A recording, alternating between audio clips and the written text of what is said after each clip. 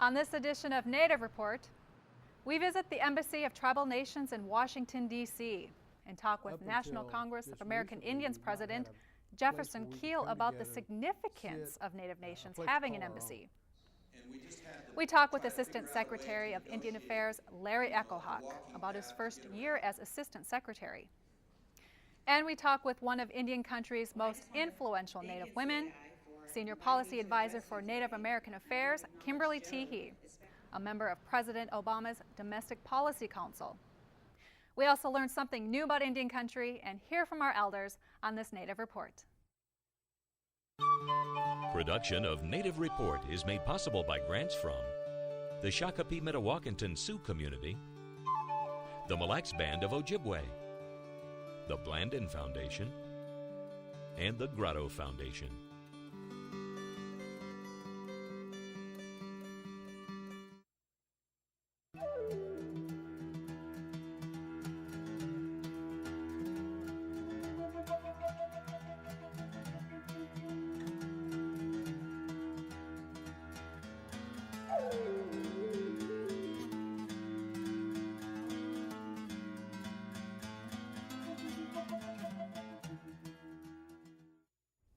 Welcome to Native Report. I'm Stacy Thunder. On a wall in the Embassy of Tribal Nations, Washington, D.C.'s newest embassy, hangs a mural of the charter membership of the National Congress of American Indians. These men and women sought to have a unified voice in determining federal Indian policy. The embassy is a direct result of their efforts.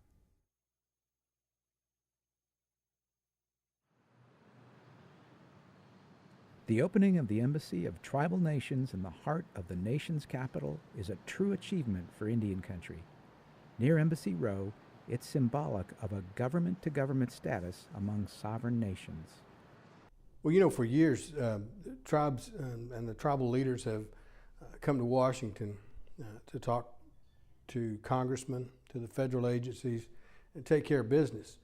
Up until just recently, we've not had a place where we could come together, sit, a place to call our own, a place where we could entertain dignitaries, we could receive and visit with congressional offices, people from the federal government, a place where we can sit down on our own terms and talk to them and truly establish this nation-to-nation relationship that we've been building on for years. So it's exciting that we're finally able to do that. The walls here are filled with history, and particularly there's a photograph.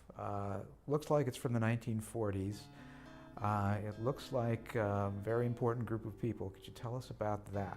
The original charter members of NCAI just played such a great role in establishing the direction for where we needed to be and where we are today. And we've come a long way, so we have to remember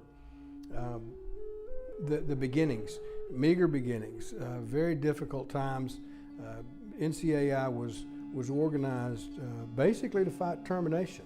It was a matter of we wanted to ensure our survival and the perpetuation of our governments, and we are still here. So those tribal leaders who were there, the original founders, those were so important, and we have to remember that. We have to learn from them, learn from their struggles, their sacrifices, and their directions. They established the direction that we needed to be on, and we're still continuing that today. All of the tribal governments are sovereign nations, and in that regard, we simply need to be consulting with the federal government on a nation-to-nation basis. We have an opportunity to visit directly with the president and the chief executives of each of our nations, 564 nations federally recognized, and a number of state-recognized tribes that are important to the process of these nations, and that's the concept that we want to build on. Speaking of presidents, you recently had the honor of introducing the President of the United States, Barack Obama, in front of a group of tribal leaders. Why is that relationship between Indian tribes and the President of the United States? It's been rocky over the years, but why is that so important? In America, the direction of the President the direction that the federal government takes towards tribal governments and tribal nations is set by the president. And it's important that the president not only make commitments to Indian country, but stay true to his word and then hold his agencies accountable for the commitments that he's made to the Native American people. We have been able to open some lines of communication with the White House and the federal agencies in Congress that historically have not been real open to tribal governments. My goal is to make sure that we capitalize on those and we utilize those lines of communications to help develop a more positive funding stream for the tribes, to help tribal governments gain access to federal dollars that have not historically been made available, and to assist tribal governments in developing whatever resources they may have. President Keel has held other policy-making positions with NCAI, and as a leader of the Chickasaw Nation, he understands the priorities set before him. NCAI is organized. We have tribal leaders from each area. The executive board is made up of vice presidents from each region. We expect and we ask those vice presidents and the alternates from each of those regions to provide input into anything any topic that comes out, whether it be housing, healthcare, the carcery decision, land into trust. Those topics and those hearings that are held, we often we'll send out a broadcast message to Indian country. We ask for their input. We ask them to send us their priorities, their ideas, and then from those ideas we'll develop a list of priorities, and then we submit those, and we make sure that they're in concert with what the tribal leaders are expecting. In the years ahead, what would you like people to say about the era when Jefferson Keel was president of the National Congress of American Indians? Realistically, I would just want to be remembered as advancing the priorities of Indian country by working with the tribal leaders. We need to make sure that our tribal governments and the tribal leaders are empowered, not just through the budgets, that's through part of it, but by reminding all of our people that we exist because of our sovereignty. The thing that sets tribal nations apart from all the other organizations around the country is that tribal governments are sovereign nations.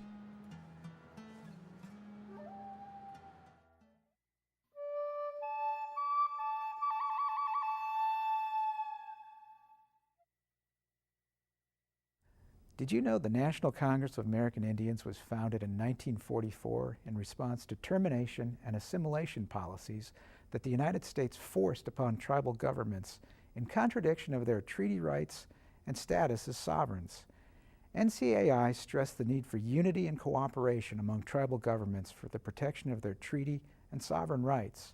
Since 1944, the National Congress of American Indians has been working to inform the public and the Congress on the governmental rights of American Indians and Alaska Natives.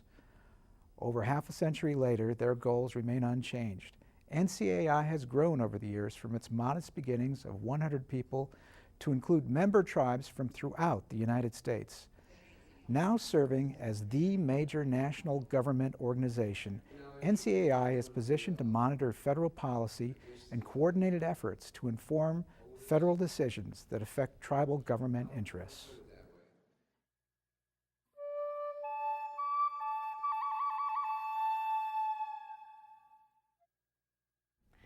Assistant Secretary of Indian Affairs Larry Echohawk is committed to the ideal of public service.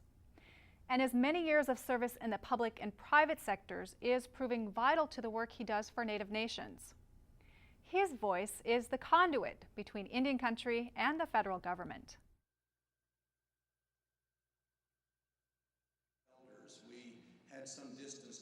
Assistant Secretary for Indian Affairs Larry Echohawk is a noted legal scholar.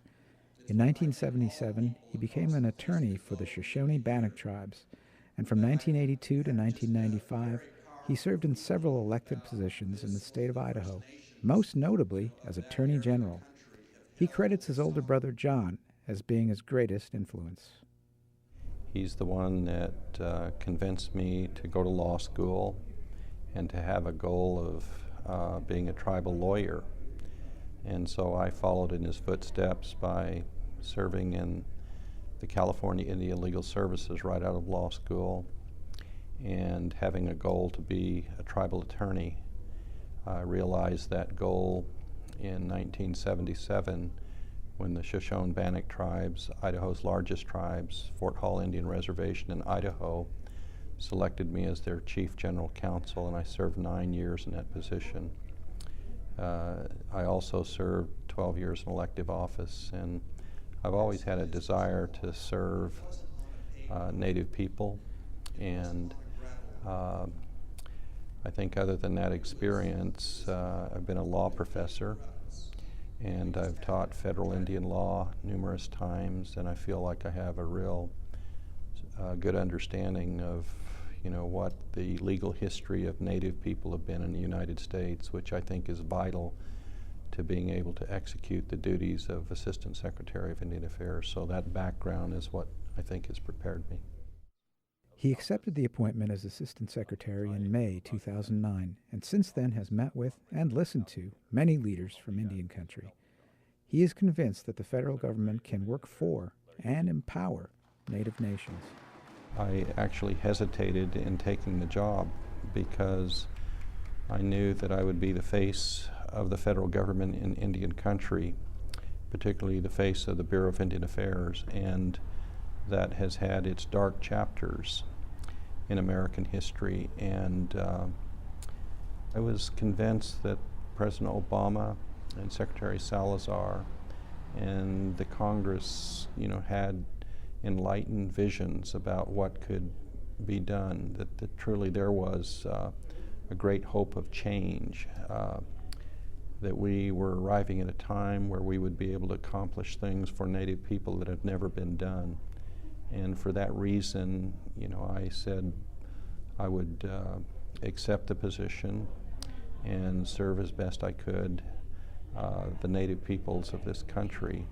And for me personally, what I like to do is travel into Indian country in the communities of Native people, sit down with their elected leaders and also members of the community and just listen and learn about what the issues and problems are, and listen to their ideas about what the federal government can do to partner with them in empowering tribal governments to resolve whatever problems are out there. Public service is an ideal his parents nurtured, and giving back in some manner is important to Secretary Echohawk. I think it's something that my mother and father taught in our home, because I look at my brothers and sisters and our extended family even, they've all wanted to use education that we acquired to be able to serve our communities.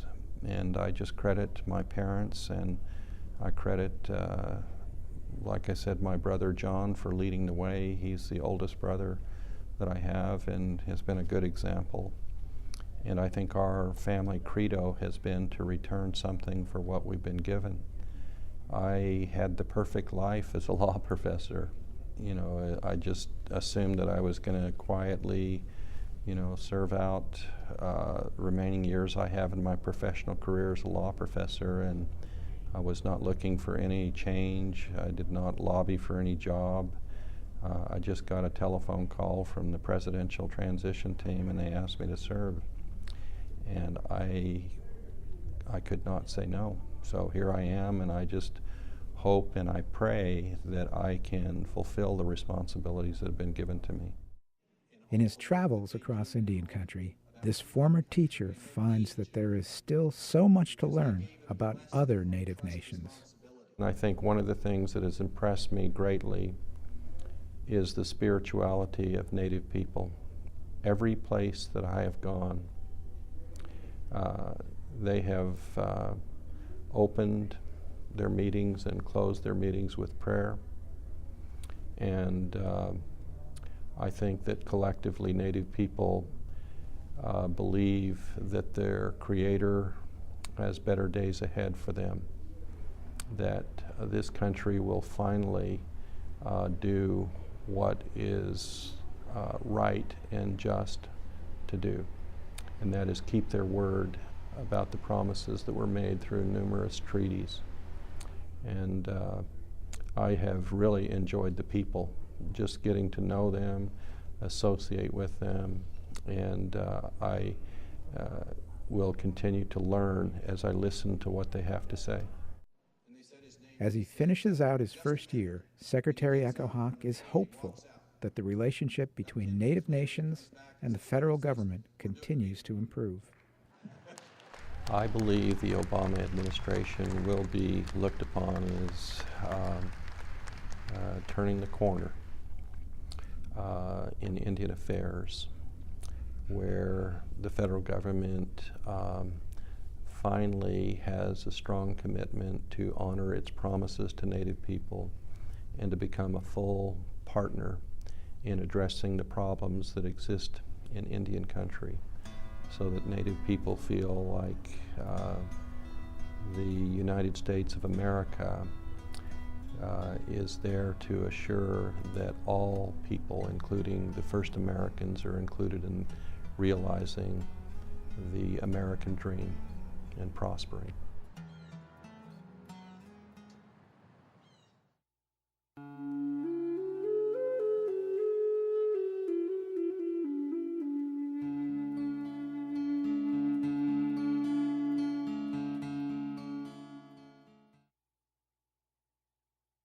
It's my belief that we have a sovereign right from the Creator to live as we have always lived, the rights that were immemorial.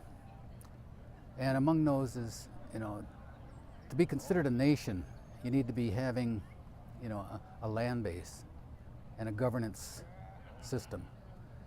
The other two things that we need to be a nation is a distinct culture and a distinct language. And I believe that we have all those four elements to be a nation.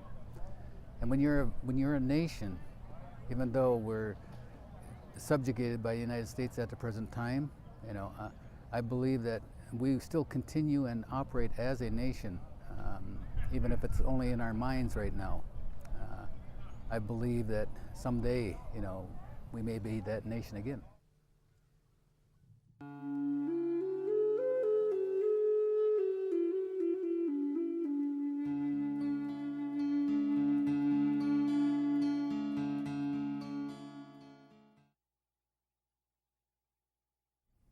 One of the most influential Native American women today may just be Kimberly Teehee.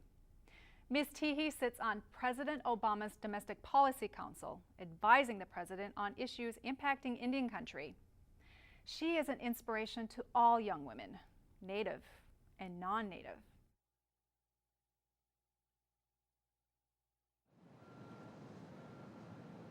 A typical day begins early for Kimberly Teehee in her position as Senior Policy Advisor to the President for Native American Affairs.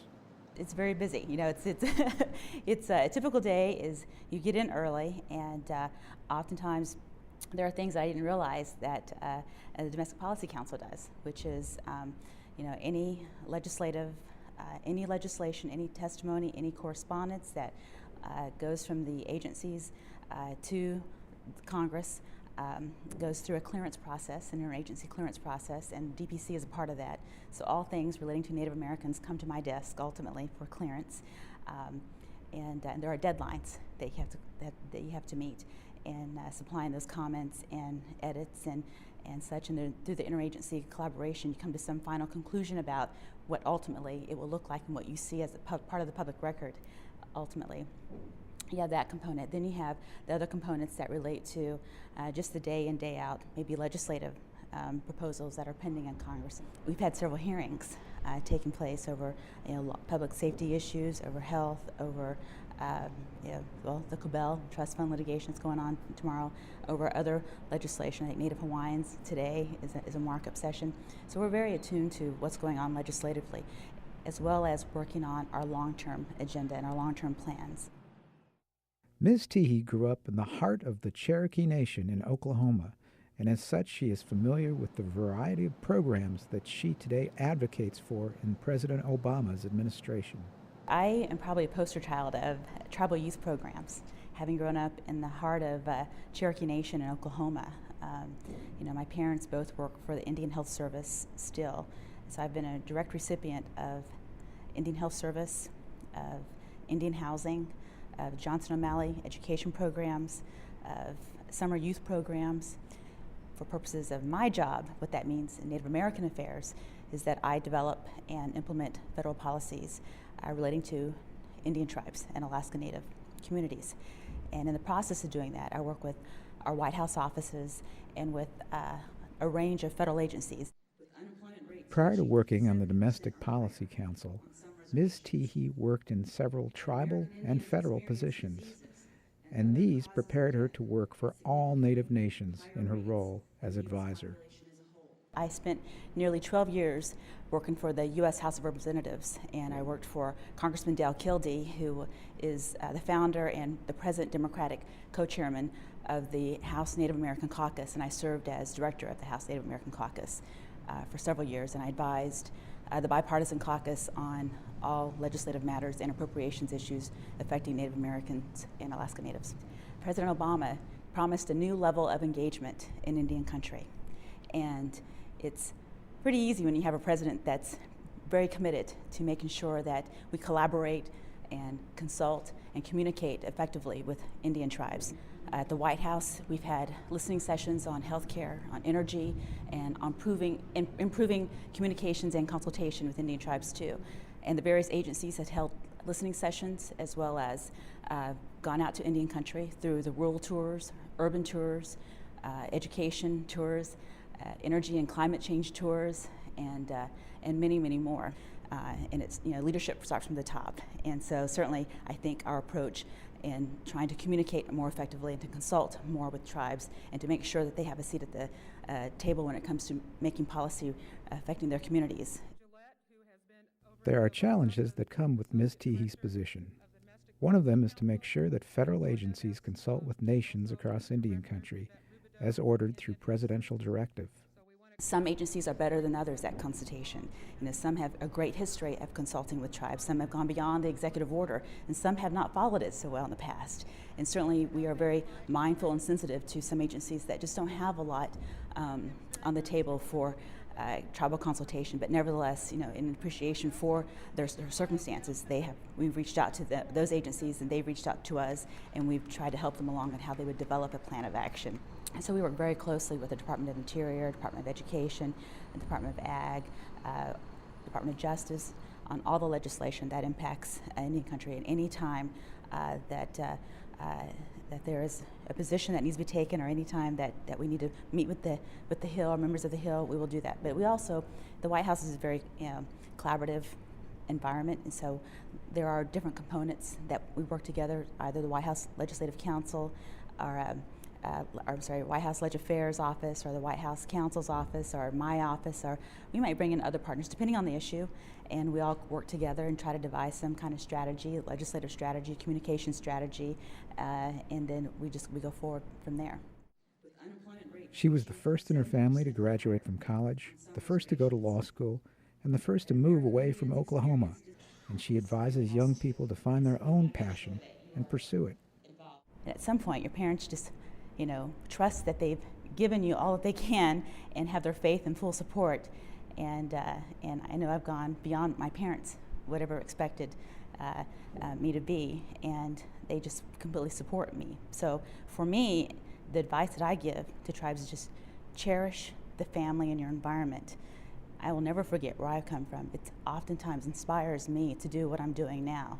When I see an aunt or my grandparents when they were alive, who still live on their allotments, when I see people who have housing needs, infrastructure needs, health care that's not provided for adequately, it affects me, and I think it serves as an inspiration because it is personal for me, what I do, and it's also a great passion of mine. And I just, the thing I would advise young kids, I often say, is find your passion. To me, finding my passion was Indian affairs. I don't mind working the long hours because it's not just a job for me. It's something that I feel like truly impacts not only my family, but everybody else's family too. And I just want to see great improvements in Indian country. I never imagined then that I would one day be at the White House.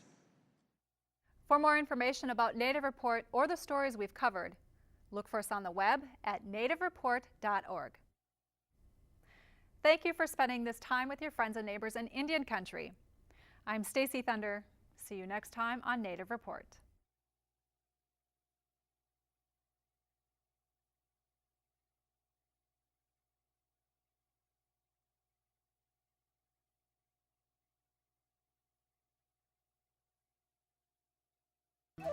Stacy Thunder is an enrolled member of and legal counsel for the Red Lake Nation. And Ted Johnson is an enrolled member of the Boys Fort Band of Ojibwe and is Solicitor General for the Mille Lacs Band of Ojibwe.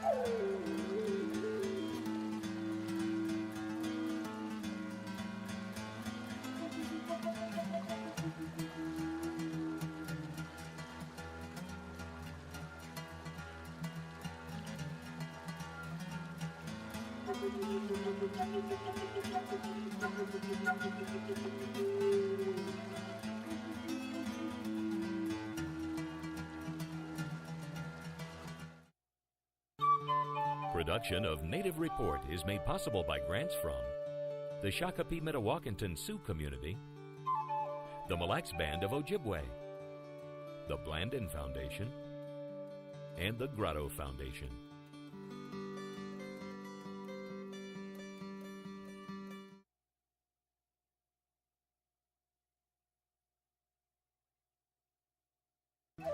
Stacy Thunder is an enrolled member of and legal counsel for the Red Lake Nation. And Ted Johnson is an enrolled member of the Boys Fort Band of Ojibwe and is Solicitor General for the Mille Lacs Band of Ojibwe.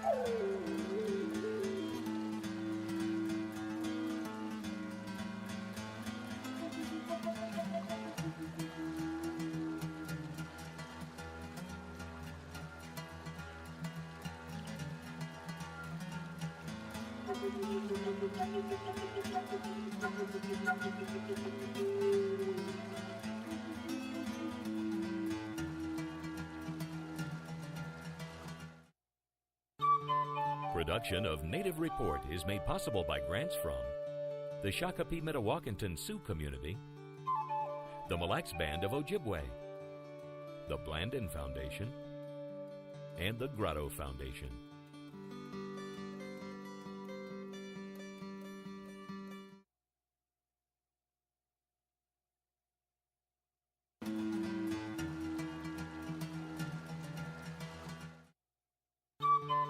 Production of Native Report is made possible by grants from the Shakopee Metawakanton Sioux Community, the Mille Lacs Band of Ojibwe, the Blandin Foundation, and the Grotto Foundation.